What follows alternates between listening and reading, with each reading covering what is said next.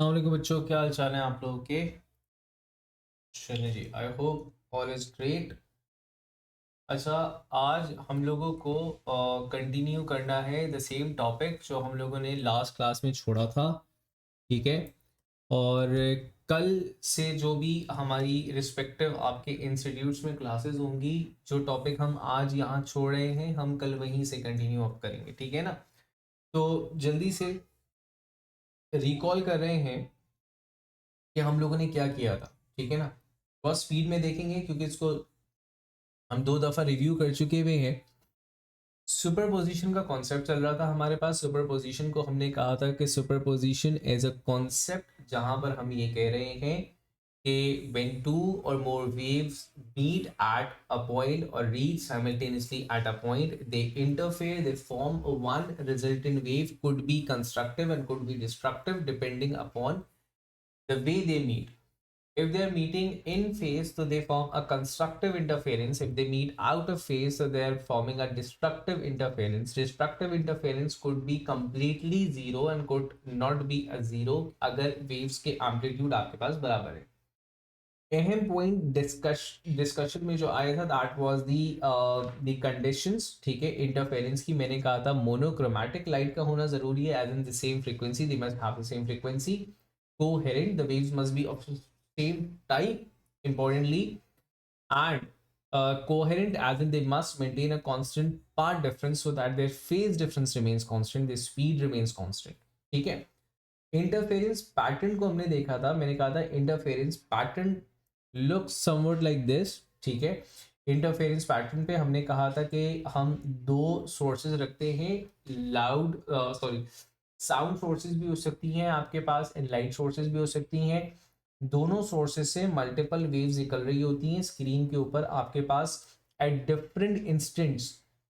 मतलब through out the screen super position हो रही हैं, through out the screen interference pattern नजर आ रहा होगा। लेकिन उस जगह पर जहां जहां आपके पास एक कंस्ट्रक्टिव इंटरफेरेंस होती है, वहां पे एक मैक्सिमा दिखाई देता है या सुनाई देता है। और जहां जहां डिस्ट्रक्टिव इंटरफेरेंस हो रही है, there is a minimum formed over there, a softer sound और अ ब्राइट डार्क फ्रिंज। मैंने कहा था fringes would look somewhat like this. ठीक है ना, मतलब जहां जहां डार्क है वो ये। और फिर हमने इसको थ्रू सिमुलेशन भी देखा था। आज इसी चीज को मैथमेटिकली देखेंगे, इसको डबल स्लिट एक्सपेरिमेंट के थ्रू हम हमने इसको इसमें ये चीज देखनी है कि इसकी कैलकुलेशंस वगैरह हम करेंगे। लेकिन अभी हमारे पास एक मसला ही आ रहा था, अभी एक मसला आ रहा था कि जनाब ये जो दो वेव्स हैं, ठीक है ना, हमने ये चीज देखी थी करके कि अगर ये दो सोर्सेज हैं, अगर at the time of generation, जिस वक्त जहां से वेव जनरेट हो रही थी, at the instant of generation अगर इनके दरमियान स्लाइट पाथ डिफरेंस या फेज डिफरेंस आ जाता है, तो जो पैटर्न है, पैटर्न तो पैटर्न रहेगा, ऑल्टरनेट पैटर्न रहेगा, लेकिन पैटर्न शिफ्ट हो चुका हुआ होगा। मतलब या तो ऊपर शिफ्ट हो जाएगा या नीचे शिफ्ट हो जाएगा, जहां पे मैक्सिमम बन रहा है वहां मिनिमम बन रहा है, या जहां मिनिमम बन रहा था वो मैक्सिमम बन रहा है। ऑल्टरनेट पैटर्न हो जाएंगे। जरूरी नहीं है कि एग्जैक्ट ऑपोजिट हो सकता है कि स्लाइट डिफरेंस हो जाए। अच्छा, अब जो हमने मैथमेटिक्स यहाँ पे ड्राइव कर रखी हुई है,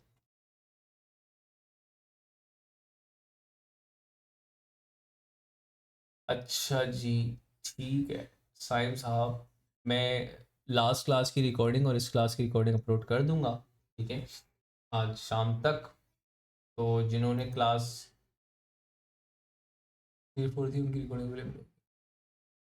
तो जिन जिन की क्लास मिस हो गई थी, वो उसको प्लीज़ अवेल कर लीजिएगा, क्योंकि अब मैं फिजिकल क्लास में टॉपिक रिपीट नहीं करूँगा, मैं कंटिन्यू करूँगा यहाँ से। ठीक है ना। तो बाय द इवनिंग में अपलोड कर दूंगा दोनों लेक्चर्स और आप लोगों को लिंक दे दूंगा। चलिए जी। तो इस मसले का हल निकालने के लिए टूवर्ड्स सुपरपोजिशन जाने से पहले हम एक चीज देख रहे हैं जिसे हम बोलते हैं डिफ्रैक्शन। ठीक है।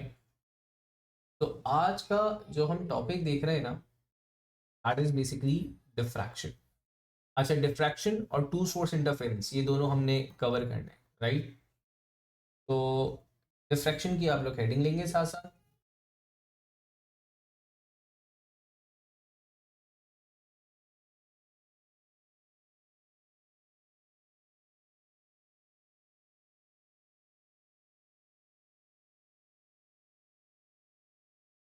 ठीक है। अच्छा, डिफ्रैक्शन हम किसे कह रहे हैं? Diffraction is basically spreading of light. Okay बेटा, मैं स्लाइड्स भी अपलोड कर दूंगा इंशाल्लाह। तो मैंने कहा diffraction is basically the spreading of light, spreading of wave, in general words बात करते हैं, क्योंकि जो भी फिनोमेना हम पढ़ रहे हैं ना, दे स्टैंड फॉर। अच्छा बेटा, सुपर पोजिशन खत्म नहीं हुआ, सुपर पोजिशन तो अभी स्टार्ट हुआ, ठीक है ना। तो सुपर पोजिशन को आगे बढ़ाने के लिए, नेक्स्ट स्टेप ले जाने के लिए हम लोगों को एक चीज पढ़नी है, डिफ्रैक्शन। पहले हम डिफ्रैक्शन पढ़ रहे हैं, will be back on super position. Super position की कहानी लंबी चलेगी, अभी तो पढ़ी शुरू हुई है बस। तो सुपर पोजिशन हम देख रहे थे, सॉरी डिफ्रैक्शन हम देख रहे थे। डिफ्रैक्शन हम कहते हैं spreading of a wave when it passes through a slit, a small opening, a hole, a window, or an edge, a very sharp edge। जब भी कोई एक वेव एक शार्प एज से, एक स्लिट ओपनिंग से, एक विंडो से गुजरेगी तो द वेव स्प्रेड्स, ठीक है ना। That spreading, that dispersion of the wave is basically referred as diffraction, ठीक है ना। अब यहाँ पे ये जो डिफ्रैक्शन का फिनोमेना है, it occurs with every wave. Sound wave के साथ भी होगा, लाइट वेव के साथ भी होगा, और फिर electromagnetic waves and every water waves for example. लेकिन ये जो डिफ्रैक्शन में मैंने एक वर्ड यूज किया कि एज या स्लिट या फिर स्मॉल ओपनिंग्स, हम इसको बेसिकली नाम स्लिट का दिया करेंगे, स्लिट से गुजर रहा है। तो ये स्लिट साइज कितना है और कितना डिग्री ऑफ डिफ्रैक्शन है और क्या क्या चीजें, ये कुछ फैक्टर्स पे डिपेंड करती है। तो सबसे पहले डिफ्रैक्शन को समझें। मैंने कहा कि डिफ्रैक्शन को आप डिफाइन कर रहे हैं as spreading of a wave,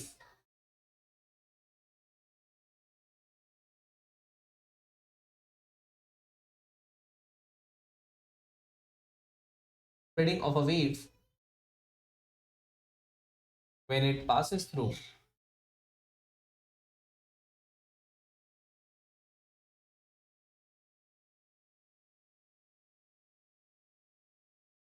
when it passes through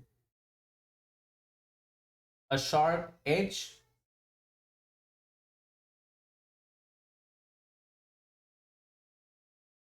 एक सेकंड दीजिएगा।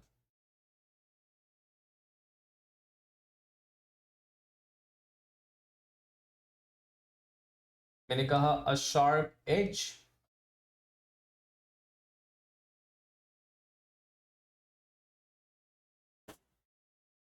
और a small opening, small opening. Small opening किसे कह रहे हैं? Small opening as a slit, the name given to small opening is a slit, ठीक है। For example a pinhole और समथिंग, ठीक है ना। मतलब अगर मैं किसी भी लाइट सोर्स के सामने एक पिन होल रख दूं तो वो लाइट सोर्स उस पर पड़ेगी और पिन होल के बाद वो स्प्रेड कर गई है, ठीक है। अगर इसका एक बेसिक आइडिया लूं मैं यूजिंग अ सिंपल डायग्राम, तो मैंने कहा भाई एक नाइफ लाइक एज था कोई, ठीक है, ये वाला, ठीक है। एक नाइफ लाइक एज था इस तरह का कुछ, और यहां से वेरी फाइन एज, ठीक है। यहां पर एक रे आई, ठीक है ना, लाइट रे और समथिंग, यहां से एक रे आएगी और रे इससे गुजरने के बाद, अच्छा बल्कि मैं एक चीज समझाना चाह रहा हूं, तो इस डायग्राम में देखिएगा एक रे आई, ठीक है ना, और गुजरने के बाद ये स्प्रेड हो गई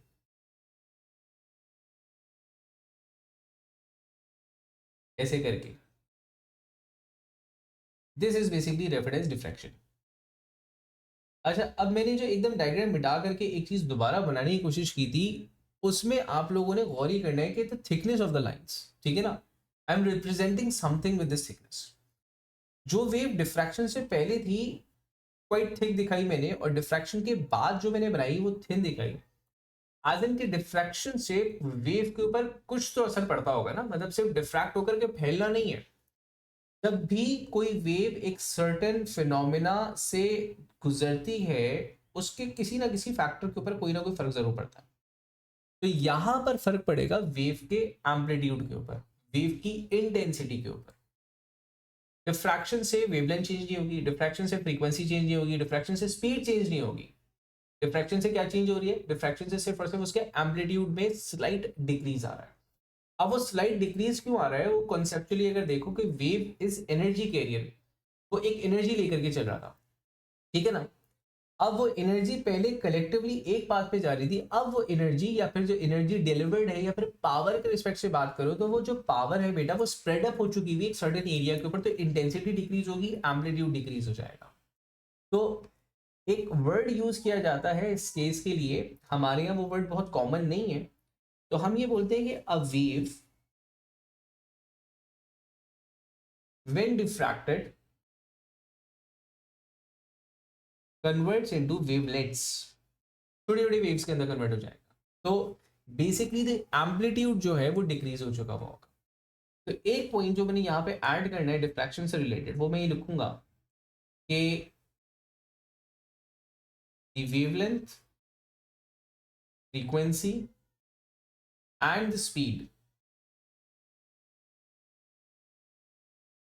remains unchanged,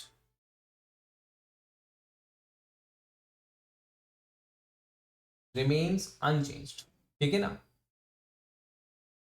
the wave, the intensity या फिर ये बोलूंगा the amplitude and hence the intensity decreases।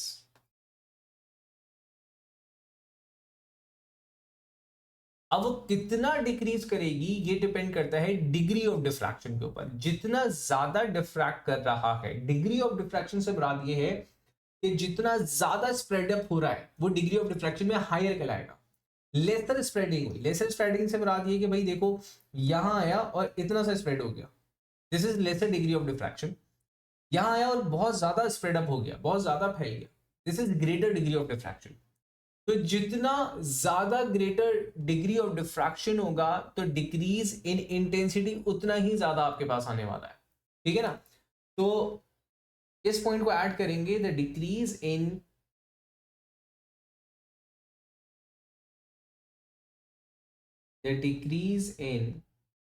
intensity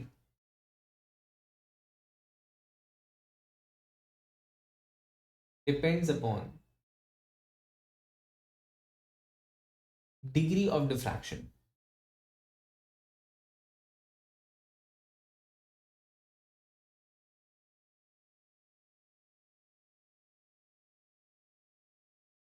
अब सवाल ये है कि डिग्री ऑफ डिफ्रैक्शन खुद किस पे डिपेंड कर रहा है? एग्जैक्टली स्क्वायर इफेक्ट, ऐसा ही है, वो रिलेशन वही रहेगा आपके पास, इंटेंसिटी और एम्पलीट्यूड का स्क्वायर इफेक्ट ही रहेगा, ठीक है ना। तो वो चीजें तो अनचेंज्ड है। अब सवाल ये आता है कि भाई देखिए लॉजिक वही है कि स्प्रेड होने का मतलब ये है कि उसका एरिया बढ़ गया, एरिया बढ़ने का मतलब ये है कि पावर डिलीवर्ड वही थी, एरिया बढ़ा दिया, इंटेंसिटी कम हो गई, स्क्वायर इफेक्ट के साथ आपके पास एम्पलीट्यूड कम हो गया अंडर रूट 2 के साथ।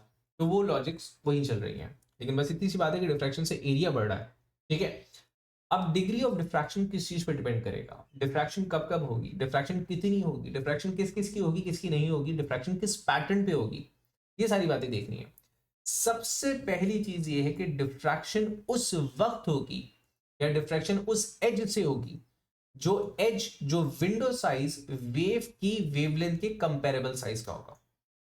if the wave if the opening, if the size of the slit, or if the sharpness of the edge is of comparable size, comparable size as in उतना उसका एक आध दो का मल्टीपल या उसका half is of comparable size to the wavelength of the wave, तब तो डिफ्रैक्शन हो रही है। जितना ज्यादा कंपेरेबल साइज का होगा, जितना ज्यादा क्लोजर होगा टू द वेवलेंथ, उतना डिग्री ऑफ डिफ्रैक्शन आपके पास ज्यादा होगी, ठीक है। नाउ इमेजिन कि मेरे सामने मेरी टेबल रखी हुई है, मैं रिपीट कर रहा हूं, मैंने कहा कि देखें the degree of diffraction depends upon the wavelength and the size of the slit या फिर साइज ऑफ द एज।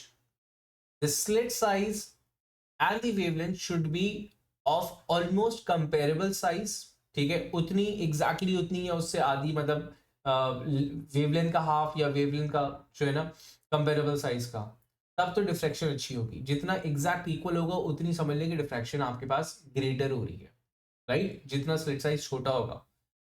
अगर स्लिट साइज कंपेरेबल साइज का नहीं है, मैं वो एग्जांपल देता हूं, फॉर एग्जांपल लेट्स से कि मैं साउंड वेव जनरेट कर रहा हूं इस वक्त, मेरे पास टेबल रखी हुई है सामने, टेबल का एक एज है। अब टेबल का जो एज साइज है, ठीक है ना, टेबल की जो एज की थिकनेस है, मतलब वो जो शार्पनेस है, उससे बहुत ज्यादा बड़ी है वो वेवलेंथ जो मैं जनरेट कर रहा हूं इस वक्त। तो ये एज इसको डिफ्रैक्ट नहीं करवा सकता इस वक्त। आधी बात समझ में, ये सिर्फ पास ऑन कर जाएगा, दैट्स इट, डिफ्रैक्ट नहीं कर पाएगा। हाँ, ये एच किस वेव को डिफ्रैक्ट करवाएगा? Any wave, could be a light wave, could be any electromagnetic wave, could be radio waves, microwaves, जो इसके साइज के कंपेरेबल हो आपके पास। आई बात समझ में? तो ये पॉइंट, अच्छा इस चीज को भी हम और डिटेल में पढ़ेंगे, इस चीज को हम और डिटेल में पढ़ेंगे, विद डायग्राम्स पढ़ेंगे, तो ग्रेजुअली समझ में आएगा। मैंने कहा degree of diffraction,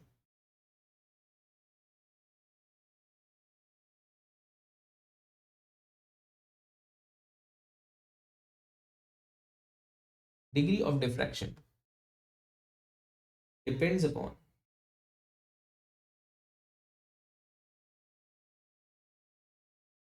the size of wavelength and the slit। ठीक है, स्लिट पता है ना, अब ओपनिंग को या फिर एज को स्लिट बोल रहा हूं, ठीक है। वो क्या कंपैरिजन है, वो मतलब क्या डिपेंडेंसी इन दोनों चीजों पे? The wavelength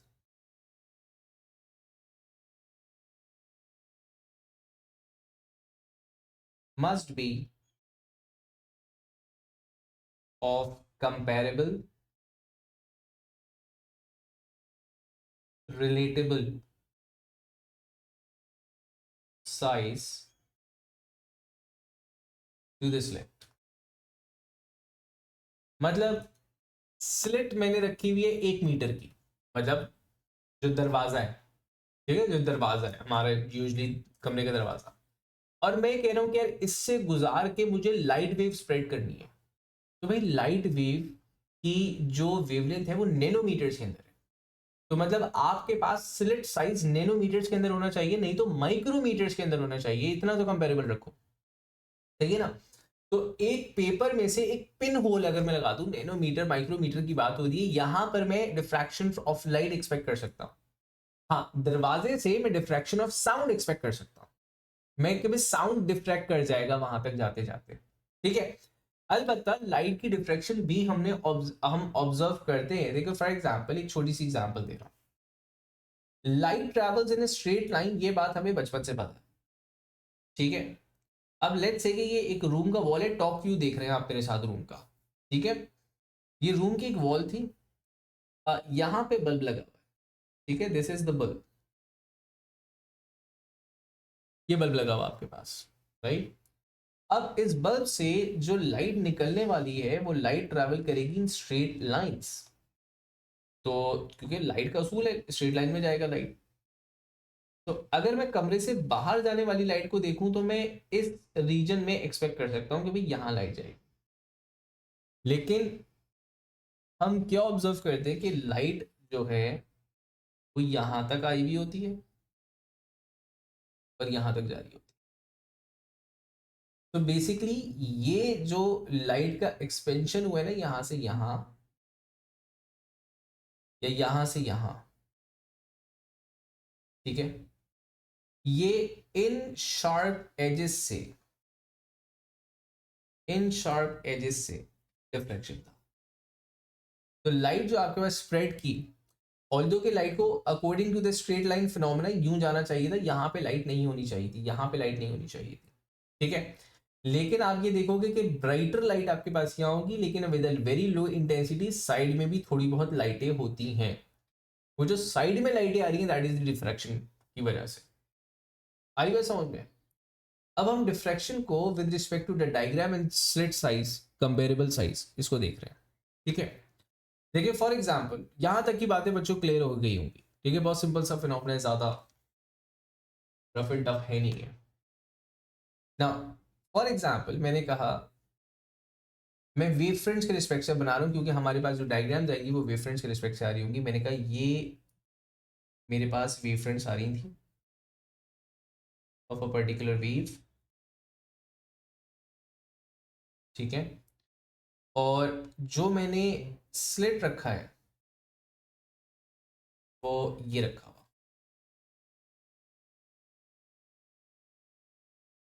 this is the slit.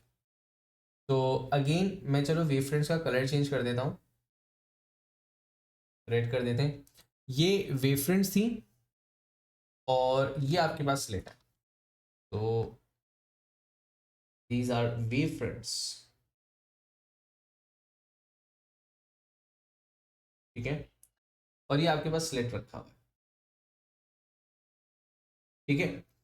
अच्छा, अब स्लिट का जो साइज है वो ये वाला है, यहां से लेके यहां तक की जो ओपनिंग है इसको हम स्लिट साइज कहते हैं या स्लिट विंडो का नाम दिया जाता है। तो दो नाम हो गए, स्लिट साइज, स्लिट विड्थ, ठीक है ना। विंडो कुछ भी नाम दिया जा सकता है। अब ये जो वेव स्ट्रेट यहाँ पे चलती हुई आ रही थी, ठीक है, वो जाएगी भी स्ट्रेट, ठीक है, लेकिन एक थोड़ी सी तब्दीली आएगी, वो गौर से देखिएगा। देखिए तब्दीली आ रही है कि अगर आप यहाँ से आने वाली वेव्स को देखो, यहाँ से आने वाली वेव्स को देखो, यहाँ से आने वाली वेव्स को देखो, तो ये तो स्लिट के बहुत अंदर है, ये स्ट्रेट निकल जाने वाली है, ठीक है। लेकिन वो वेव्स जो कि आपके पास इन एजेस से गुजर कर जा रही हैं वो आपके पास स्प्रेड कर जाएगी, वो यहाँ पे स्लाइडली स्प्रेड कर गई। सिमिलरली ये वाली वेव्स आपके पास स्प्रेड कर जाएगी, ठीक है। अब अगर मैं इनका वेव फ्रंट बनाऊं कि what would happen to the wave front, तो ये जो सेंटर से वेव फ्रंट गुजर रहे थे ये तो बिल्कुल नॉर्मल गुजरेंगे, लेकिन ये जो साइड वाले थे क्योंकि ये वेव स्प्रेड कर गई थी तो वेव फ्रंट आपके पास ऐसे कर्व्ड होंगे। So this would be the spreading of the wave only from the edges, बिल्कुल बीच वाले स्ट्रेट गुजर गए और ये आपके पास एजेस से गुजर रहे हैं। इन वेव फ्रंट्स के दरमियान का गैप चेंज नहीं होगा, डेफिनेटली मेरे बनाने में थोड़ी बहुत गलती तो होगी, लेकिन वेव फ्रंट का गैप चेंज नहीं होगा। रीजन इज कि वो वेवलेंथ को रिप्रेजेंट कर रहा है और हमने कहा था कि वेवलेंथ चेंज नहीं होगी, ठीक है। तो अब मैं ये एक्सपेक्ट कर सकता हूं कि जो इंटेंसिटी मुझे सेंटर में मिल रही है साइडों में मुझे उतनी इंटेंसिटी नहीं मिलने वाली, वो थोड़ी सी कम हो गई होगी।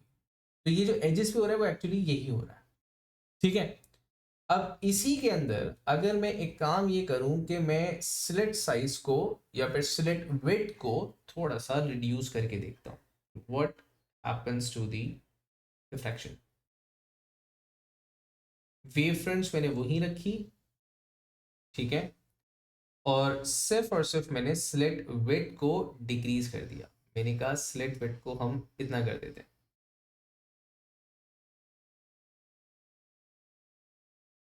राइट। अब आपके पास degree of diffraction would be greater, थोड़ा सा डिग्री ऑफ डिफ्रैक्शन पे फर्क पड़ेगा। डिग्री ऑफ डिफ्रैक्शन पे क्या फर्क पड़ रहा है वो गौर से देखिएगा। बिल्कुल जो बीच वाली लाइन थी ना वो आपके पास स्ट्रेट जा रही है, ठीक है। और अच्छा एक बना दी मैंने, लेकिन चलो कोई बात नहीं, आप आइडिया समझ रहे हो मेरा। अब आप देखो स्लिट के स्लाइटली छोटा होने से स्प्रेडिंग ग्रेटर बढ़ चुकी हुई, मतलब थोड़ी सी ग्रेटर हो चुकी है, ग्रेटर बढ़ चुकी है। अजीब सा सेंटेंस फॉर्म किया,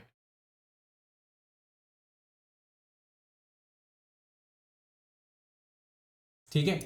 सो द स्प्रेडिंग इंक्रीजेस, ठीक है, जो स्प्रेडिंग का स्पैन था वो बढ़ चुका है भाई आपके पास, सिर्फ किससे, आप स्लिट साइज को छोटा कर रहे हो, ठीक है। अब इसी चीज को फर्दर स्मॉलर स्लिट साइज के ऊपर ले जाओ और छोटा स्लिट साइज कर दो उसके अंदर। तो मैंने कहा यही वेव फ्रंट्स, और मैं स्लिट साइज को फर्दर स्मॉल कर रहा हूं। अब मैं स्लिट साइज कैसा कर रहा हूं, अब पिन होल जैसा स्लिट साइज, जो स्लिट विंडो है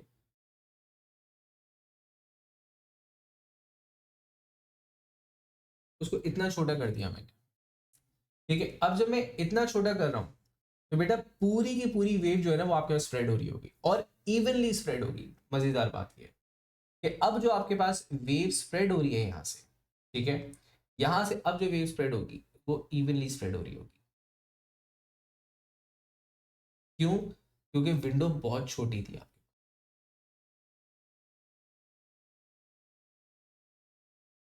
वेव ऐसे करके जा रही है कुछ आपके पास, ठीक है। अब इसके अगर आप वेव फ्रंट्स बनाने चलोगे, let's draw the wave fronts. बेटा अब आपको सर्कुलर वेव फ्रंट्स मिल रहे हैं, ये एग्जैक्टली सर्कुलर है। जाहिर है मेरी डायग्राम के अंदर वो चीज आ नहीं रही है, मतलब वो जो सेमी सर्कुलर वाला चीज था, याद होगा लास्ट क्लास में एक डायग्राम के अंदर मैंने दिखाया भी था आपको पास्ट पेपर्स की, एग्जैक्टली वो चीज आपको बन के नजर आएगी। So decreasing the slit size, increasing the span of diffraction, increases the degree of diffraction, but decreases the intensity as well. Intensity क्या होती चली जाएगी आपके पास, reduce होती चली जाएगी, ठीक है। अब मैं एक डायग्राम की तरफ लेकर के जा रहा हूँ तुम्हें, आप लोगों को, जिसपे मैंने, आप लोगों को याद होगा कि हम लोगों ने एक पास्ट पेपर से एक डायग्राम इस्तेमाल की थी just to understand the interference in terms of wavelengths. तो उस डायग्राम को दोबारा इस्तेमाल कर रहे हैं। चलिए जी, अब यहाँ पे देखें क्या हुआ हुआ था। अब हमने इसका ये वाला एरिया तो देख लिया था, तस्वीर का दूसरा रुख देख रहे हैं जरा। तस्वीर का दूसरा रुख ये है कि आपने, हम टू सोर्स इंटरफेरेंस क्यों कह रहे थे, हमें इंटरफेरेंस पैटर्न देखने के लिए दो सोर्सेज रखनी थी। दो सोर्सेज रखने का शर्त ये था कि दोनों sources at the time of generation path difference zero रखो, एक फेज डिफरेंस जीरो रखो, लेकिन जहां पर वेवलेंथ ही नैनोमीटर्स के अंदर आ रही हो, वेव ही नैनोमीटर्स के अंदर जा रही हो, तो वहां पे आप नैनोमीटर्स की एक्यूरेसी किस तरह लेकर के आओगे दोनों को पोजीशन करने में। तो आपने बजाय दो सोर्सेज रखने के, मतलब दो लैंप्स रखने के, आपने आपने कहा एक ही लैंप रखेंगे। आपने लैंप रखा एक, ठीक है, लैंप रखा भाई यहाँ पे, इससे लाइट आ रही है ये ऐसे, ठीक है। और बजाय दो सोर्सेज रखने के मैंने यहाँ पे दो स्लिट्स रख दिए। Now these are identical slits, horizontal है, आइडेंटिकल स्लिट से आइडेंटिकल वेवलेंथ निकल रही होगी, तो इसका मतलब है कि जो इंटेंसिटी मुझे यहां से मिल रही है वही इंटेंसिटी मुझे यहां से मिल रही है, जैसी वेवलेंथ वैसी वेवलेंथ। अब डेफिनेटली इनका पीछे से तो सोर्स एक ही है, तो ऐसा हो ही नहीं सकता कि यहां से वेव्स अब आउट ऑफ फेज निकल आए, ऐसा हो ही नहीं सकता कि यहां से वेव्स विद पार्ट डिफरेंस निकल करके आ जाए, क्योंकि मेजर सोर्स तो एक थी आपके पास। तो डिफ्रैक्शन को इस तरह हमने टू सोर्स के तौर पर इस्तेमाल किया। ये कॉन्सेप्ट समझ में आया? अभी इसी चीज से बात स्टार्ट करेंगे दोबारा। पहले मुझे बताइएगा diffraction up till here, is this point clear?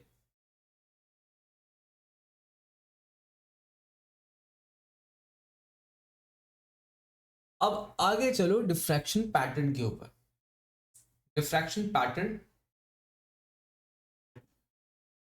Last वाली, ये वाली, देखो मैंने कहा कि अभी इसको मैं सिमुलेशन के थ्रू भी दिखाता हूं कि अगर मैं यहां पर एक लैंप रखता,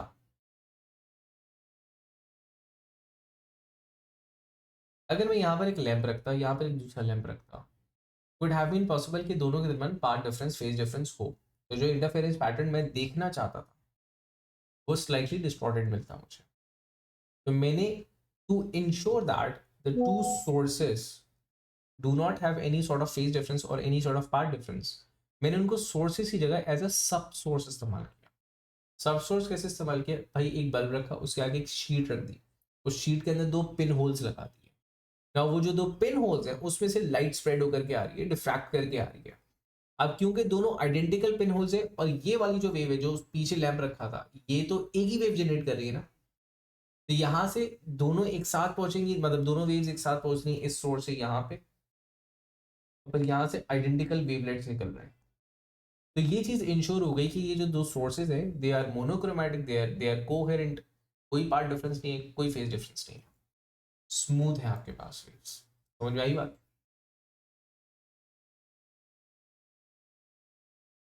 चलो, अच्छा, अब मैं, हम लोग जा रहे थे टुवर्ड्स दी डिफ्रैक्शन पैटर्न, थोड़ी सी चीज़ें फॉर एमसीक्यूज यहीं पे कवर अप करेंगे। डिफ्रैक्शन पैटर्न,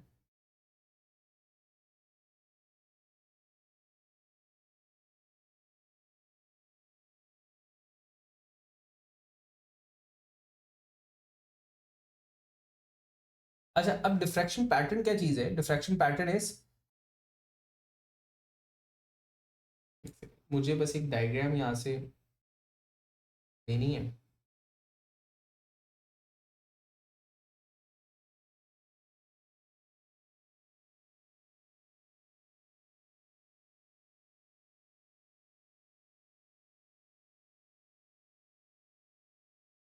चलो इधर देखना, ये डिफ्रैक्शन पैटर्न इज के डिफ्रैक्शन किस एंगल से या किस एक्सिस के ऊपर हो रहा है। अब ये टोटली डिपेंड करता है स्लिट के पैटर्न के ऊपर। तो फॉर एग्जांपल मैंने कहा इस वक्त एक स्लिट ये थी, एक स्लिट को मैं कह रहा हूँ हॉरिजॉन्टल स्लिट थी, this was a horizontal slit, ये हॉरिजॉन्टल स्लिट है, राइट। और एक स्लिट मैंने कहा अनदर स्लिट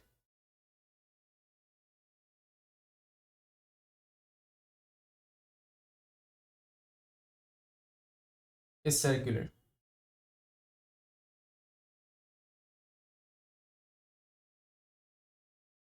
ठीक है। तो मैंने कहा एक सर्कुलर स्लिट है हमारे पास,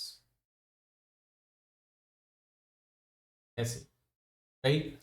अब इन तीनों से, इन तीनों पे अगर मैं वेव लेकर के आऊं तो इनकी जो स्प्रेडिंग होगी वो बहुत डिफरेंट होगी, ठीक है। अगर मैं पहले वाले की बात करूंगा, ठीक है, पहले वाले से जो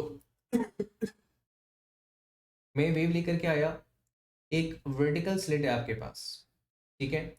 इस वर्टिकल स्लिट से जो लाइट स्प्रेड होगी वो इन अ हॉरिजॉन्टल प्लेन हो रही होगी, ठीक है। आई होप मैं हॉरिजॉन्टल प्लेन इजीली बना के दिखा सकूं। हॉरिजॉन्टल प्लेन में आपके पास जो है ना वो डिफ्रैक्शन हो रही है, राइट। तो यहाँ से लेके आपके पास यहाँ तक हॉरिजॉन्टल डिफ्रैक्शन होगी, ठीक है। मतलब अगर आपके पास स्लिट ऐसी है तो लाइट गुजरने के बाद हॉरिजॉन्टल एक्सिस के ऊपर स्प्रेड हो रही होगी, ठीक है। और अगर इसी तरह आपके पास एक हॉरिजॉन्टल स्लिट है, ठीक है, उस हॉरिजॉन्टल स्लिट से अगर लाइट आती है उसके ऊपर गुजरती है तो ये वर्टिकल एक्सिस के ऊपर स्प्रेड हो रही होगी, ठीक है।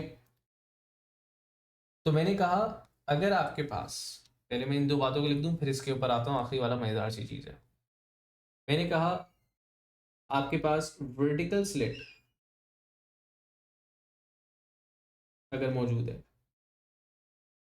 तो हॉरिजॉन्टल स्प्रेडिंग होगी,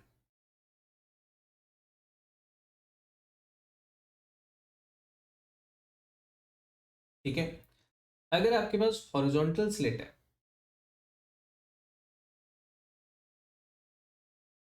आपके पास वर्टिकल एक्सिस के ऊपर हो रही होगी डिफ्रैक्शन।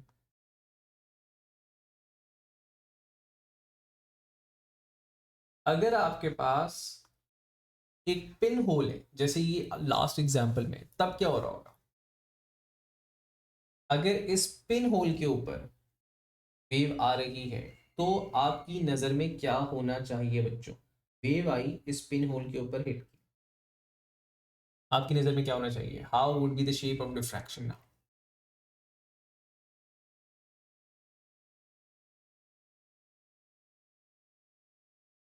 बता रहा हूं,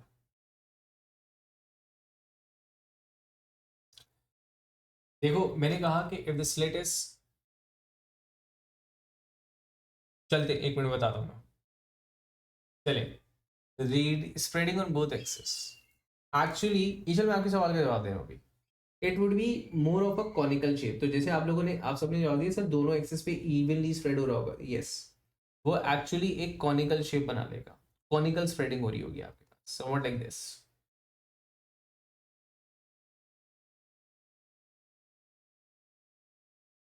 ठीक है, ऐसे जाकर के स्प्रेड हो रहा होगा अगर आपके पास पिन होल है। Cone shape, exactly Abdul Sabur. चलो 2 मिनट दो, let's go to the simulation to observe this. ठीक है ना।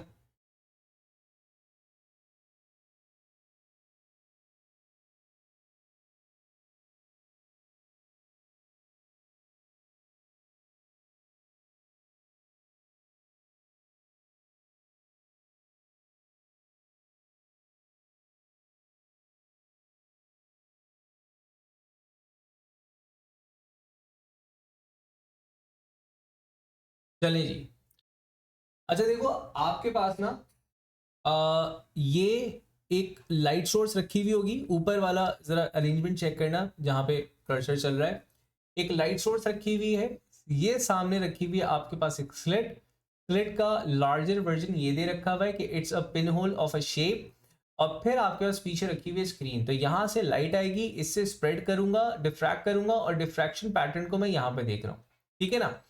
अच्छा, we have an option of multiple wavelengths over here. तो जैसे मैंने कहा था कि वेवलेंथ के चेंज होने से डिग्री ऑफ डिफ्रैक्शन पे फर्क पड़ेगा, तो हम वो भी देखेंगे।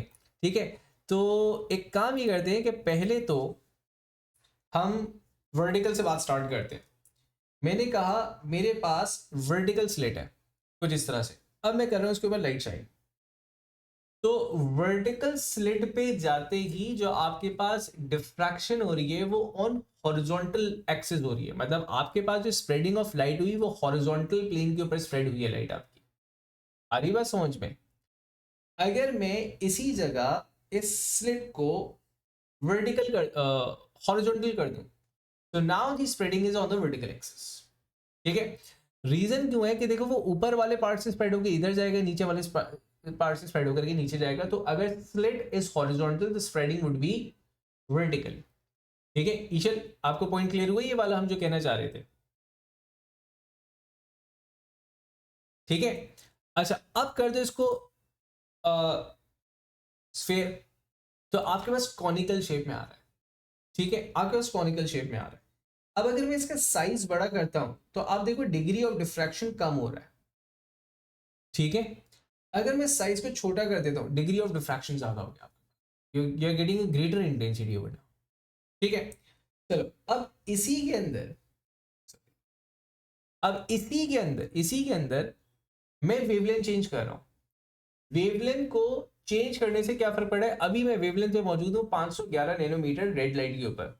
मैं इसको लेके जा रहा हूं टुवर्ड्स सॉरी ग्रीन लाइट के ऊपर 511। पहले तो मैं वेवलेंथ बढ़ाता हूं, मैं टुवर्ड्स रेड जाता हूं। ठीक है ना। तो मैंने वेवलेंथ बढ़ाई, तो आप देखो डिफ्रैक्शन पैटर्न पे फर्क पड़ रहा है, डिफ्रैक्शन पैटर्न इंक्रीज हो रहा है आपके पास। राइट। अब अगर मैं स्मॉलर वेवलेंथ्स के ऊपर चले जाता हूं, स्मॉलर वेवलेंथ्स, तो डिफ्रैक्शन पैटर्न आपके पास चेंज हो रहा है, स्मॉलर होता चला जा रहा है, लेसर डिफ्रैक्शन।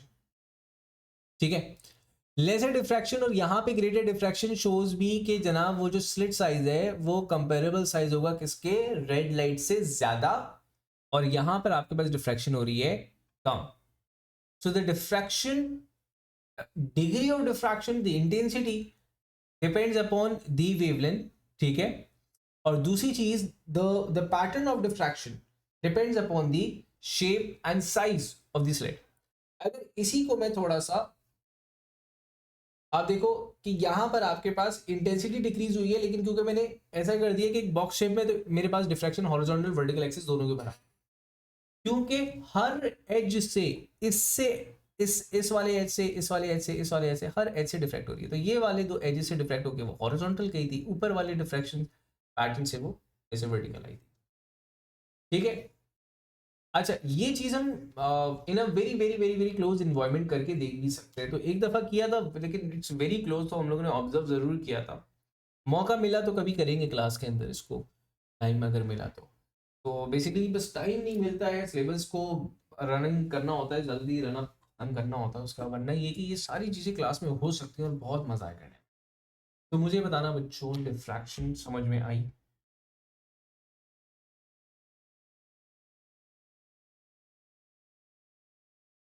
फिर ऐसे शेप तो कार लाइट से भी आते हैं जब ऑपोजिट साइड से गाड़ी आती है। डिफ्रैक्शन, यस, दो चीज़ें हो रही थी, डिफ्रैक्शन इंटरफेरेंस दोनों, ठीक है। अच्छा मुझे एक बात बताओ, एक सवाल किसी ने पूछा नहीं, मैं आप लोगों से पूछ लेता हूँ, ये फ्रिंजेस के फॉर्म में क्यों आ रहा है डिफ्रैक्शन? फ्रिंजेस के फॉर्म में क्यों आ रहा है?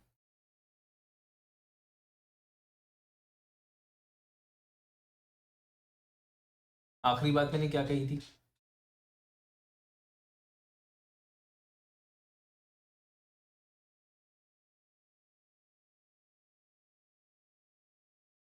डिफ्रैक्शन पैटर्न वाला होगा, लिखवा रहा हूँ। ये फ्रिंजेस के फॉर्म में क्यों आ रहा है? क्योंकि जो वेवलेट्स हैं, the wavelets are interfering, the wavelets are interfering themselves, ठीक है, इस वजह से फ्रिंजेस बन रहे हैं, ठीक है। बहरहाल मैं वो बात लिखवा देता हूं जैसे जो आपने कही। अच्छा ये फॉर्मेट इधर आ जाता है, चले मैं वो बात लिखवा देता हूं। मैंने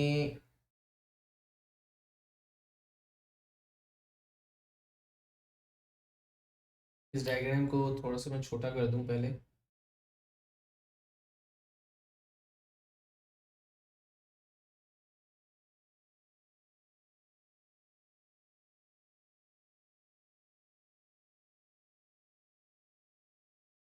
चले जी, मैं लिखवा रहा था कि डिफ्रैक्शन पैटर्न,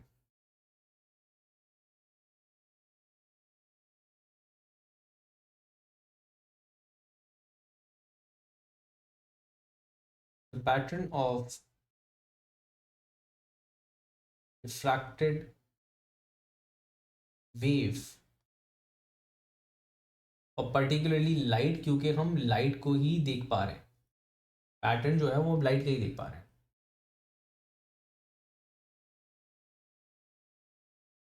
मैं समझाता हूँ इस चीज को। बेसिकली एक बहुत क्लोज कॉल है, हम इस डिटेल में नहीं जा रहे, यहाँ की और यहाँ की, ये है interference, the two edges are behaving as two forces, समझ में आई? ये जो दो एजेस बनेंगे ना इसके, इस शार्प एज से भी एक स्प्रेड हुई, इस शार्प, ठीक है, ये सी। तो बहरहाल खैर ये डिटेल वो पूछता नहीं है हमसे, वेवलेट्स वाली और ये सारी चीज़ें। तो बहरहाल the pattern of deflection waves depends upon,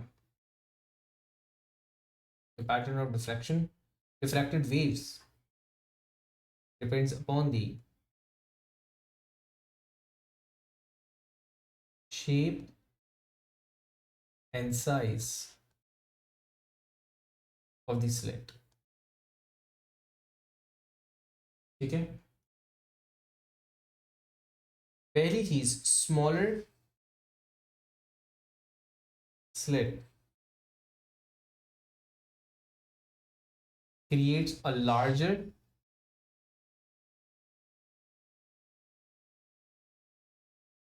diffraction pattern,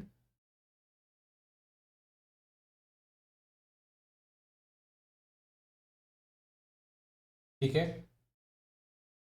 A vertical slit,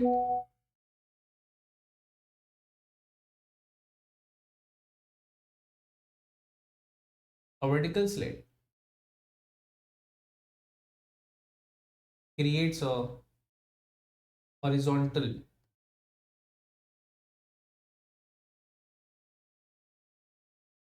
diffraction pattern,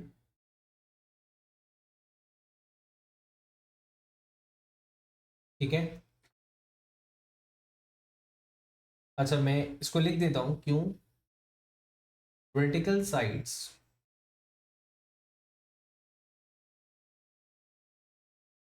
bending the light perpendicular, बहुत ज़्यादा डिटेल में नहीं जा रहा,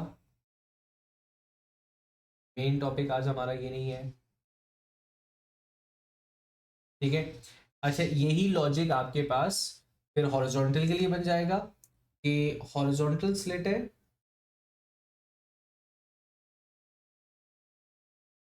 तो आपके पास वर्टिकल पैटर्न आ जाएगा,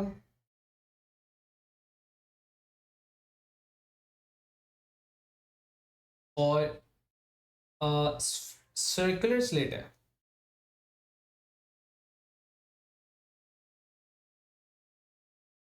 सर्कुलर स्लिट है, तो आपके पास कॉनिकल पैटर्न है। अच्छा, ये डिफ्रैक्शन आपने वाटर वेव्स में भी देखी होंगी। बेटा लिखना चाहो तो बिल्कुल लिख लो, मैं सब आप ही लोगों के लिए लिख रहा हूँ, तो बिल्कुल लिख लो। अच्छा, ये वाटर वेव्स में भी देखी होगी, बाजू का पानी कहीं से बहता हुआ जा रहा है और किसी स्मॉल ओपनिंग से गुजरा या फिर किसी शार्प टर्न से लिया तो वो स्प्रेड होता हुआ चले जा रहे हैं वहां पे, तो दैट इज अगेन डिफ्रैक्शन। ठीक है जी। चले बच्चों, मुझे बताइएगा यहां तक की बातें क्लियर है? यहां पर हम लोगों ने अच्छे से समझ लिया सारी चीजों को। चलो, अब वापस जाते हैं, वो जो टॉपिक चल रहा था सुपरपोजिशन का, और लिंक करेंगे फिर सुपरपोजिशन और डिफ्रैक्शन को। ठीक है, तो we are moving towards two source interference.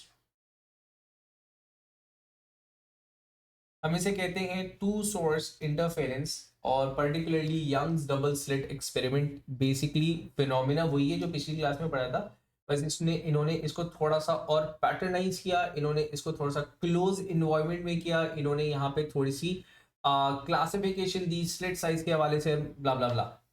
तो मैंने कहा हम कर रहे हैं यंग्स टू सोर्स इंटरफेरेंस या फिर डबल स्लिट इंटरफेरेंस पैटर्न।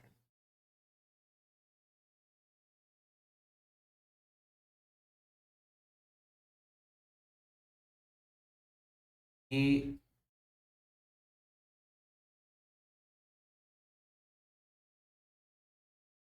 ये वही यंग हैं जिन्होंने वो यंग मॉडलिस्ट वाले यंग हैं, ठीक है ना, इन्होंने यहाँ भी काम किया था वहाँ भी काम किया था। ठीक है ना, इंटरफेरेंस पैटर्न हम देख रहे हैं। अब इन्होंने क्या किया, जस्ट टू सेव टाइम मैं डायग्राम जो है वो यहाँ से इंडक्ट कर रहा हूँ। ठीक है,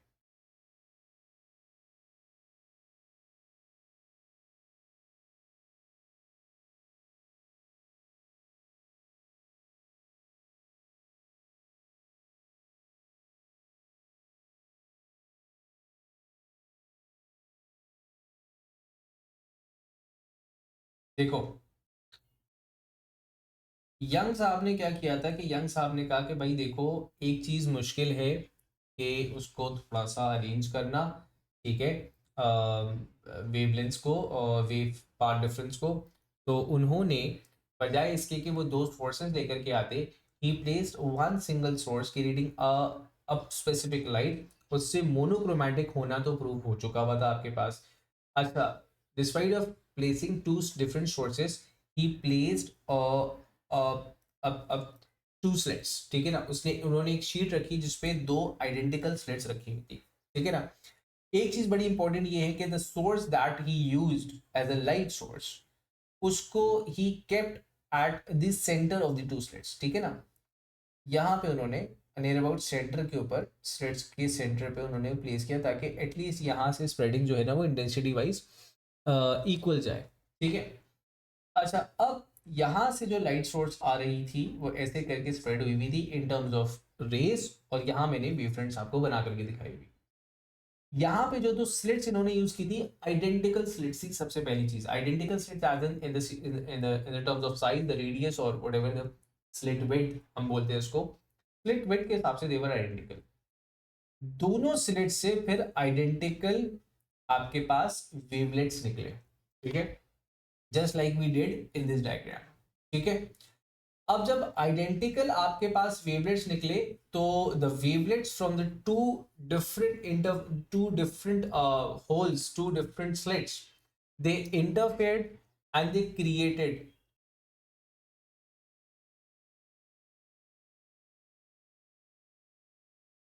हाँ, मैंने बिल्कुल कहा था, बिल्कुल कहा है, ऐसा ही होगा। तो स्लिट्स आर आइडेंटिकल, मैंने थोड़ी कहा डिफरेंट है। Slits are identical, different slits हैं, आइडेंटिकल। ठीक है,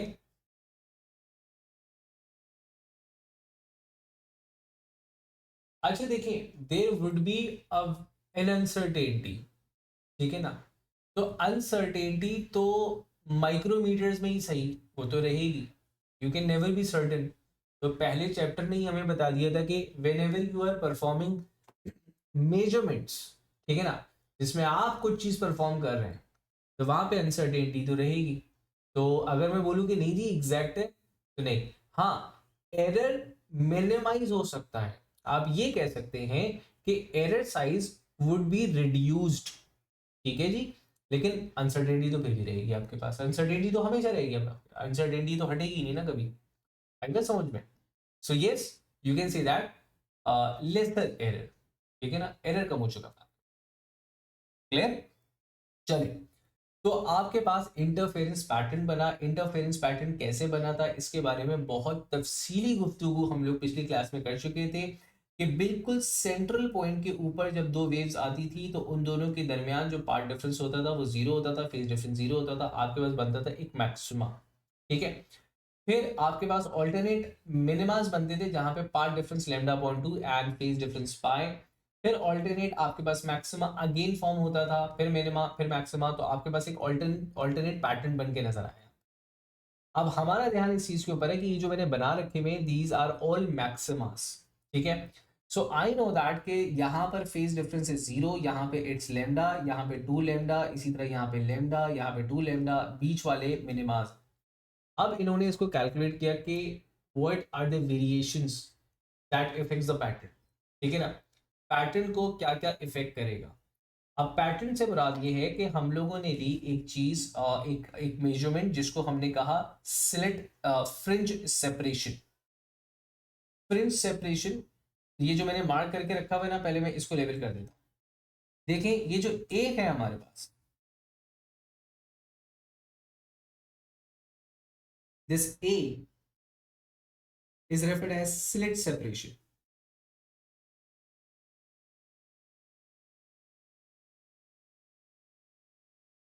अच्छा, अब ये सिर्फ स्लिट सेपरेशन कहां से कहां तक मेजर है, ये गौर से देखना, सेंटर टू सेंटर।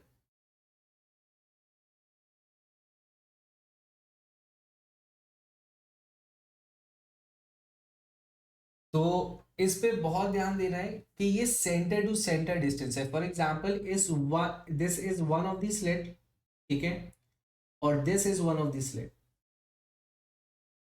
राइट। अब जो मैं स्लिट सेपरेशन ले रहा हूं वो एक स्लिट के सेंटर से दूसरे स्लिट के सेंटर तक करे, मतलब यहां से लेके यहां तक। आ रही बात समझ में। तो स्लिट सेपरेशन इज बेसिकली दो स्लिट्स के सेंटर के दरमियान। इवन के मैं ये भी कह सकता हूं कि लेट्स से मैंने स्लिट साइज चेंज कर दिया, देखिए मैंने स्लिट साइज चेंज कर दिया,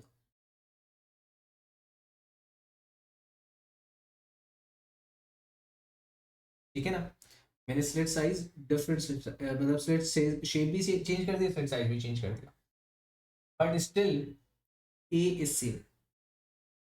सेंटर टू सेंटर डिस्टेंस अभी भी दोनों का क्या है आपके पास, सेम है।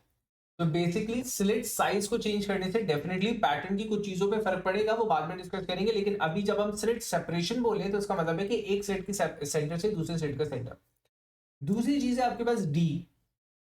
डी क्या है आपके पास, डी एस, कैपिटल डी से हम लिखते हैं distance between,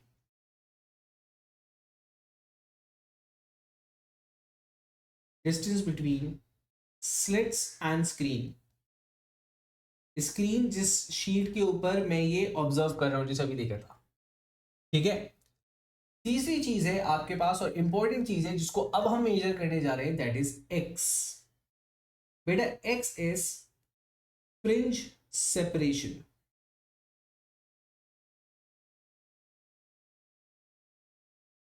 fringe separation basically दो साइंटिस्ट यंग, इन्होंने अपने डबल स्लिट एक्सपेरिमेंट से कंक्लूड क्या किया था, इन्होंने कंक्लूड ये किया था कि भाई ये जो चलो फ्रिंजेस बन रही हैं, dark sorry bright fringe, bright fringe, bright fringe, इन फ्रिंजेस के दरमियान का जो फासला है कि एक फ्रिंज से दूसरी फ्रिंज कितने फासले के ऊपर जाकर के बन रही है, ये किन किन फैक्टर्स पर डिपेंड कर रहा है। तो ये इनका जो एक्सपेरिमेंट था डबल स्लिट एक्सपेरिमेंट, उससे इन्होंने ये कंक्लूड किया था, ठीक है। तो what he concluded was a bit mathematical, तो वो मैथमेटिक्स इसकी मैं यहाँ पे दिखा रहा हूँ आप लोग को. Now this mathematics is he won't be the examiner won't be asking you this thing, लेकिन मैं आपको समझा रहा हूँ. देखो मैंने कहा कि हम फ्रिंज सेपरेशन निकाल रहे थे, whatever the Young's did, हम वो करने जा रहे थे. तो उन्होंने बोला कि भाई पहला मैक्सिमा यहां बना था, इसको जीरोथ ऑर्डर का नाम देते, मतलब जीरो पोजीशन थी, इसको फर्स्ट मैक्सिमा का नाम दिया जाता है. इसको जीरो कहा जाता है, यहाँ पे पार्ट डिफरेंस जीरो था, इसको फर्स्ट इसलिए कहा जा रहा है पार्ट डिफरेंस पहला है. ठीक है, तो मैंने कहा जीरो से लेके वन तक जो जो मैक्सिमा टू मैक्सिमा डिस्टेंस आ रहा है उसको मेजर कर रहे हैं एक्स. अब उन्होंने इस पूरी डायग्राम को, ये जो आपके पास बनी हुई थी वेव्स की फॉर्म में, इसको ट्राइंगल्स की फॉर्म में, रेज की फॉर्म में कन्वर्ट किया. अब इसी डायग्राम को रीडिजाइन देखो. मैंने कहा देखो यहां से जो आपके पास बेसिकली सेपरेशन, ये जो बेसिकली आपके पास हो रहा है ना, ये हो रहा है इस तरह कि एक सोर्स ये है, यहां से एक वेव आ रही थी लेट्स से ये वाली. ठीक है, एक सोर्स ये है, यहां से एक वेव आ रही थी लेट्स से ये वाली. ठीक है, अब टेक्निकली इन दोनों वेव्स के दरमियान एक डिस्टेंस का डिफरेंस आना चाहिए. लेट्स से कि वो डिस्टेंस मैंने कहा ये है, and this distance should be equal to 1 lambda. This is path difference basically. This is path difference and this should be 1 lambda. Why 1 lambda? 1 lambda इसलिए बेटा क्योंकि आपके पास इस पोजीशन पे जहां तक का आपने डिस्टेंस निकाला है वहां पे पहला मैक्सिमा बन रहा था. पहला maxima path difference of 1 lambda के ऊपर होता है. ठीक है, अच्छा अब इन्होंने अपनी डायग्राम को दो ट्राइंगल्स के अंदर कंक्लूड किया. उन्होंने बोला एक ट्राइंगल में ये बना, गौर से देखिएगा ट्राइंगल्स को. एक ट्राइंगल आपके पास ये है ए, पार्ट डिफरेंस और ये line. Now this is almost perpendicular. Why almost perpendicular? क्योंकि बेसिकली बेटा ये जो गैप होता है ना आपके पास, ये जो स्लिट सेपरेशन है, दिस इज इन मिलीमीटर्स, ये मिलीमीटर्स के अंदर होगा. Now if this is in millimetres, तो यहां से तो लाइनें खींचूंगा तो एक स्ट्रेट लाइन बनाता हूं, इनके सेपरेटर बनाता हूं, तो दैट्स ऑलमोस्ट अ परपेंडिकुलर. ठीक है, तो उन्होंने एक लाइन यहाँ पे खींची, उन्होंने बोला एक ट्राइंगल तो मेरे पास ये हो गया. तो व्हाट इज अ ट्राइंगल? यहाँ पे एक ट्राइंगल मैंने ये बनाया. मैंने कहा इस ट्राइंगल के अंदर आपके पास अगर गौर से देखो, सो दी हाइपोटेन्यूज इज ए. ठीक है, और अगर मैं एंगल ये वाला कंसिडर कर लूं या फिर एंगल चले इग्नोर कर दूं, so this was path difference जिसको मैंने 1 लैम्डा कहा था. एक सेकंड ट्राइंगल इन्होंने क्या क्रिएट किया, एक पॉइंट जहां पर आपके पास जीरोथ मैक्सिमा बन रहा था, एक पॉइंट जहां पे आपके पास फर्स्ट मैक्सिमा बन रहा था, and measuring it from the centre of these two slits, दोनों स्लिट्स के सेंटर से मैंने एक एंगल लिया. तो ये मैंने एक ट्राइंगल क्रिएट किया. ठीक है, अब according to this triangle, according to this triangle उन्होंने कहा कि जनाब this distance is d, this is x, जिसे फ्रिंज सेपरेशन बोल रहे हैं. ठीक है, अच्छा अब उन्होंने बोला कि ये जो एंगल है, this angle and this angle are identical. If not identical तो ऑलमोस्ट आइडेंटिकल. ठीक है, तो ये आइडेंटिकल ट्राइंगल्स है बेसिकली आपके पास. If they are identical triangles, तो मैं ये कह सकता हूं कि ए ओवर लेमडा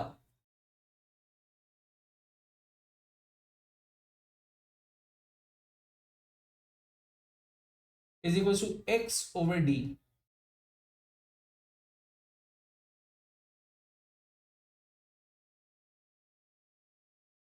एक सेकेंड, मैंने सही साइड्स ली हैं? सही साइड्स नहीं ली है.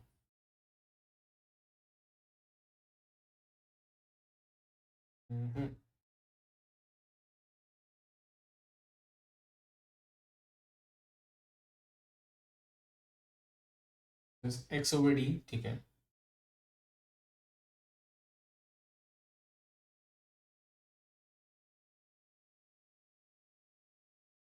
And this would B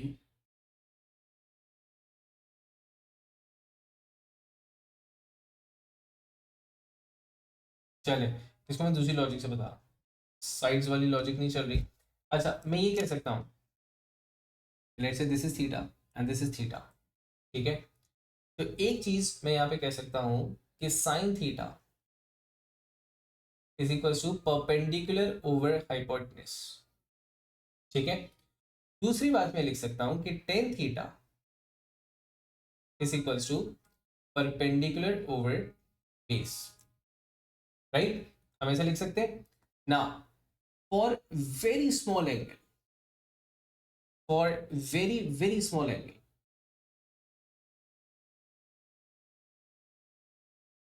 for very small angles sin theta is almost equal to tan theta, ठीक है। मैंने कहा for very small angles sin theta is almost equals to tan theta।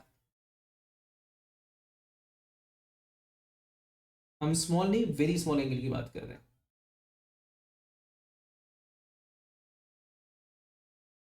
sin theta is almost equal to tan theta।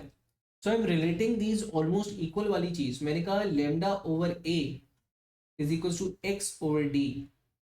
तो यहां से x the fringe separation lambda d over a मैं conclude करता हूं। तो this was the work of Young's double slit experiment, कि उन्होंने interpret किया कि वो जो फ्रिंज सेपरेशन है वो किन किन फैक्टर्स पे डिपेंड करता है, ठीक है। अब वो किन फैक्टर्स पे डिपेंड कर रहा था। अच्छा, this hypothesis representing nothing just the distance from the central point, just the distance from the central point. मतलब ये तीनों डिस्टेंसेस है ना, तो ये distance from the central point के भाई सेंट्रल पॉइंट से मैक्सिमा कितनी दूर बन रहा है। तो मैंने कहा कि यंग्स की जो कंक्लूजन थी वो उन्होंने कहा कि the fringe separation, the gap between the two maximas depends upon the wavelength. जितनी बड़ी वेवलेंथ होगी उतना बड़ा ये गैप होगा, ठीक है। डिपेंड्स अपॉन द डिस्टेंस, ये डिस्टेंस आप जितना इंक्रीज करोगे उतना बड़ा गैप होगा। अब ये कॉमन सेंस की बात है, मैं स्क्रीन को यहाँ ले आऊँ तो ये स्प्रेड होकर के यहाँ तक आ चुका हुआ होगा, तो इसका मतलब ये कि गैप आपके पास इंक्रीज हो चुका हुआ होगा। थर्ड बात उन्होंने बोली कि if we decrease the slit separation, slit को करीब लेकर के आ जाए आप, तो that would increase the value of x, मतलब सेपरेशन ऑफ द फ्रिंजेस वो बढ़ा देगा आपके पास। सो मैथमेटिकली इस पैटर्न को हमने यहां रीड किया।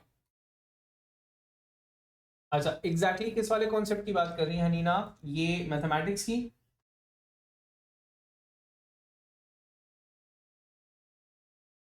अच्छा देखिए, वैसे तो इस पे परेशानी होएगा, this mathematics is not the part, हम डायरेक्टली ना इसका फॉर्मूला पढ़ते हैं, लेकिन ये मैं मैथमेटिक्स इसलिए करवाता हूँ क्योंकि आगे वाले स्टेप जब हम डिफ्रैक्शन ग्रेडिंग पढ़ रहे होंगे तो ये बहुत ही इंपॉर्टेंट हो जाएगा।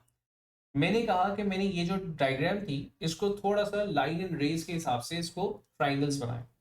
मैंने कहा दो रेज ऐसे जा रही थी, मैं अगर उनके दरम्यान एक सेपरेटर बनाऊं जो कि ऑलमोस्ट एक परपेंडिकुलर सेपरेटर बनेगा, तो ये जो गैप आ रहा होगा this would be equal to part difference. Since मैं फर्स्ट मैक्सिमा की बात कर रहा हूं, so this gap should be equal to 1 lambda, ठीक है ना। पहला मैक्सिमा 1 लेमडा पार्ट डिफरेंस पे बनेगा। तो एक ट्राइंगल बना जिसमें आपके पास this hypotenuse was A, this slit separation, इससे हम कुछ भी नहीं ले रहे, ये मैंने कहा वाज पार्ट डिफरेंस, ठीक है। ट्राइंगल मैंने यहां क्रिएट किया। दूसरी चीज मैंने कहा कि ये एक दूसरा ट्राइंगल बनाया centre of this two slit से 0th position and maximum position की एलिवेशन देखने के लिए, और ये जो इसका परपेंडिकुलर था that was the split separation, ठीक है।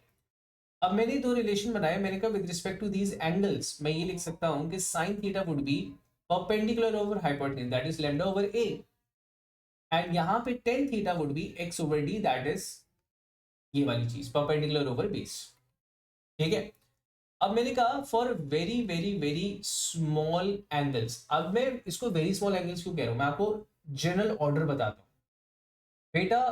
फॉर जनरली अगर मैं आपको बताऊं, A is in millimetres, in the order of millimetres, ठीक है, and D is in the order of 1.5 से 3 मीटर्स, ठीक है। और this x is in order of millimetres again. तो अब मुझे खुद ये बताओ कि अगर ये इतने छोटे छोटे ऑर्डर्स पे और ये जो डिस्टेंस आपके पास बन रहा है ये इतना बड़ा डिस्टेंस बन रहा है, तो ये एंगल तो बहुत छोटा हुआ आपके पास फिर। So for very small angles sin theta is almost equal to the tan theta. ये मैथमेटिकल आइडेंटिटी आ गई मेरे पास। तो मैंने sin थीटा की वैल्यू को x थीटा tan थीटा से रिलेट किया, मतलब lambda over a and x over d को आपस में रिलेट किया। ठीक है, फिर मैंने x को कंक्लूड करना था, मुझे actually x the fringe separation between uh maxima to the alternate maxima, मैं उसको इंटरप्रेट कर रहा हूं कि किन किन फैक्टर्स पे डिपेंड कर रहा है। तो वो मुझे मिला कि वो डिपेंड करते हैं lambda d divided by greater the wavelength greater would be the gap, greater the distance between the slit and the screen greater would be the gap, great less than the value of slit separation, slit जितनी करीब होंगी उतना फिर ये gap आपके पास बढ़ता चला जाएगा। क्लियर हुआ यहाँ तक point? Is this point clear to all, to everyone? चले, यहां पर इसको रोक रहे हैं। कल की रिस्पेक्टिव आप लोगों की फिजिकल क्लासेस के अंदर will start from the questions जब हम देखेंगे तो न्यूमेरिकल वैल्यू के साथ आपको ऑर्डर साइज पता चलेगा। मैं अभी इसको लिखवाऊंगा, बहुत डिटेल है इसके अंदर, मतलब ये क्या कहते हैं, जो मैंने पॉइंट्स लिखवाए ना, इसको हम काफी डिटेल में डिस्कस करने वाले हैं। इसके अंदर काफी सारी चीजें हैं, तो वो जैसे जैसे डिस्कस करते चले जाएंगे। कल की क्लास में मैं आप लोगों को इसको करवा रहा हूँ, ठीक है। एक एक पॉइंट डिस्कस होगा, how x varies with lambda, with D, with A, with examples. और उसके बाद सर्टेन अदर फैक्टर्स जो कि एक्स को वेरी नहीं करेंगे लेकिन पैटर्न को किसी ना किसी तरह इफेक्ट कर रहा है, ठीक है। So with the past papers हम लोग कल कर रहे होंगे इन दी रिस्पेक्टिव क्लासेस, ठीक है। हम इसकी डिटेल्स लिखेंगे, तो आप लोगों से मुलाकात होती है कल। इसको रिव्यू जरूर कर लीजिएगा, मैं बाय द इवनिंग में ये स्लाइड्स आप लोगों से शेयर कर लूंगा, ठीक है बच्चों। अल्लाह हाफिज़।